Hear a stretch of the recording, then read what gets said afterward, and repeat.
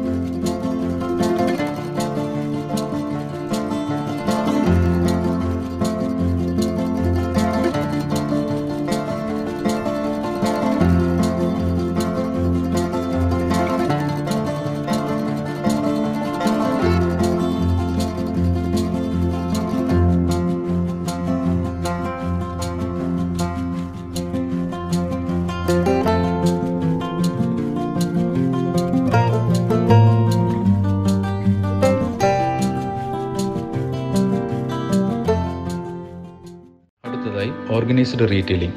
വലിയ മുടക്കുമുതലിൽ നിയമവിധേന പ്രവർത്തിക്കുന്ന വിൽപ്പനശാലകളാണ് organised retail മേഖലയിലുള്ളത്. Super മാർക്കറ്റുകൾ, ഹൈപ്പർ മാർക്കറ്റുകൾ, ചെയിൻ സ്റ്റോർ, ഷോപ്പിംഗ് മാളുകൾ തുടങ്ങിയവ ഈ മേഖലയിൽ പ്രവർത്തിക്കുന്നു. വിശാലമായ സ്ഥലസൗകര്യം, ഗുണനിലവാരം ഉറപ്പാക്കിയുള്ള വിവിധ ഉൽപ്പന്നങ്ങളുടെ വിതരണം, ട്രെയിനിങ് ലഭിച്ച മികച്ച ജീവനക്കാർ, മികച്ച ആകർഷകതയുള്ള ഷോറൂം എന്നിവയാണ് ഇവയുടെ പ്രത്യേകത. Big Bazaar, Lifestyle, Reliance, Max, Nilgiris തുടങ്ങിയ കോർപ്പറേറ്റുകളുടെ വരവോടുകൂടി ഇന്ന് ഇന്ത്യയിൽ ഏറ്റവും വലുതും ഏറ്റവും വേഗത്തിൽ വളരുന്നതുമായ മേഖലയാണ് റീറ്റെയിൽ വ്യവസായം.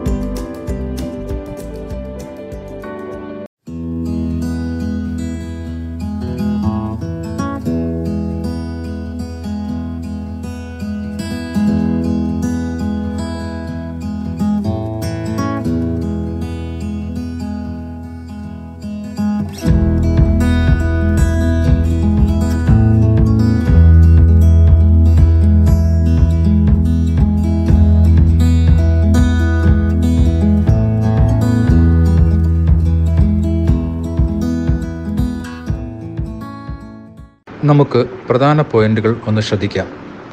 Classification of retail industry. Retail industry is basically classified into two: unorganized retail and organized retail. We can see unorganized retailing first. Unorganized retailing refers to the traditional formats of low-cost retailing.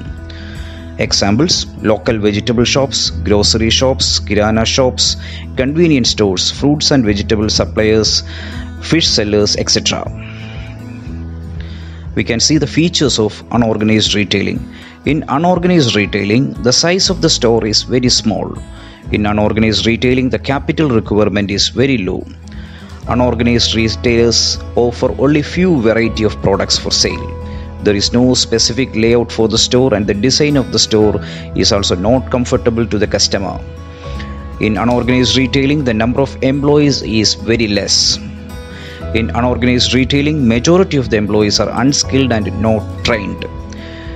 There is no job security for employees in unorganized retail.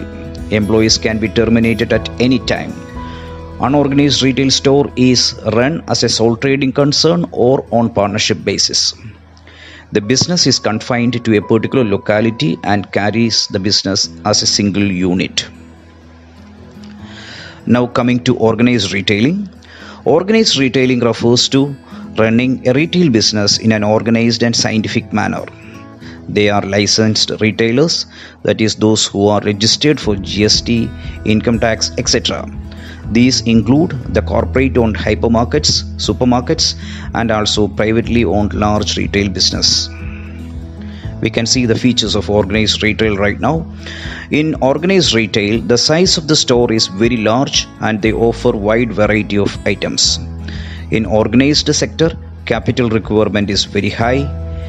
The store's layout, design, organized in retail store is very attractive and very much comfortable to the customers. In organized retailing, the registration, maintenance of accounts, etc. is compulsory. The number of employees in retail store is very large. In organized retailing, most of the employees are skilled and trained. The terms of employment are regular and controlled by government rules and regulations. The network of retailer is very vast and operates a number of branches at different locations. Activity. ഈ പാഠഭാഗവുമായി ബന്ധപ്പെട്ട തുടർ പഠന പ്രവർത്തനങ്ങളാണ് ആക്ടിവിറ്റിയിൽ ഉൾപ്പെടുത്തിയിട്ടുള്ളത്. പഠിതാക്കൾ ആർജിച്ച അറിവ് വിലയിരുത്തുന്നതിനായി ഉപയോഗിക്കാം. Activity number 1. Organised unorganised retail തമ്മിലുള്ള വ്യത്യാസം കാണിക്കുന്ന ഒരു ടേബിൾ കൊടുത്തിട്ടുണ്ട്. വിട്ടിട്ടുള്ള ഭാഗങ്ങൾ പൂരിപ്പിക്കുക. Activity number 2. ഒരു വീഡിയോ ചിത്രീകരണമാണ് രണ്ടാമത്തെ ആക്ടിവിറ്റി. പഠിതാക്കൾ താമസിക്കുന്ന സമീപ സ്ഥലങ്ങളിൽ സ്ഥാപിതമായിട്ടുള്ള ഓർഗനൈസ്ഡ് അൺഓർഗനൈസ്ഡ് റീറ്റെയിൽ സ്ഥാപനങ്ങൾ സന്ദർശിക്കുകയും അവയുടെ വീഡിയോ, ചെറു വിവരണം മുതലായവ തയ്യാറാക്കി സമർപ്പിക്കുക. എല്ലാവർക്കും നന്ദി, നമസ്കാരം.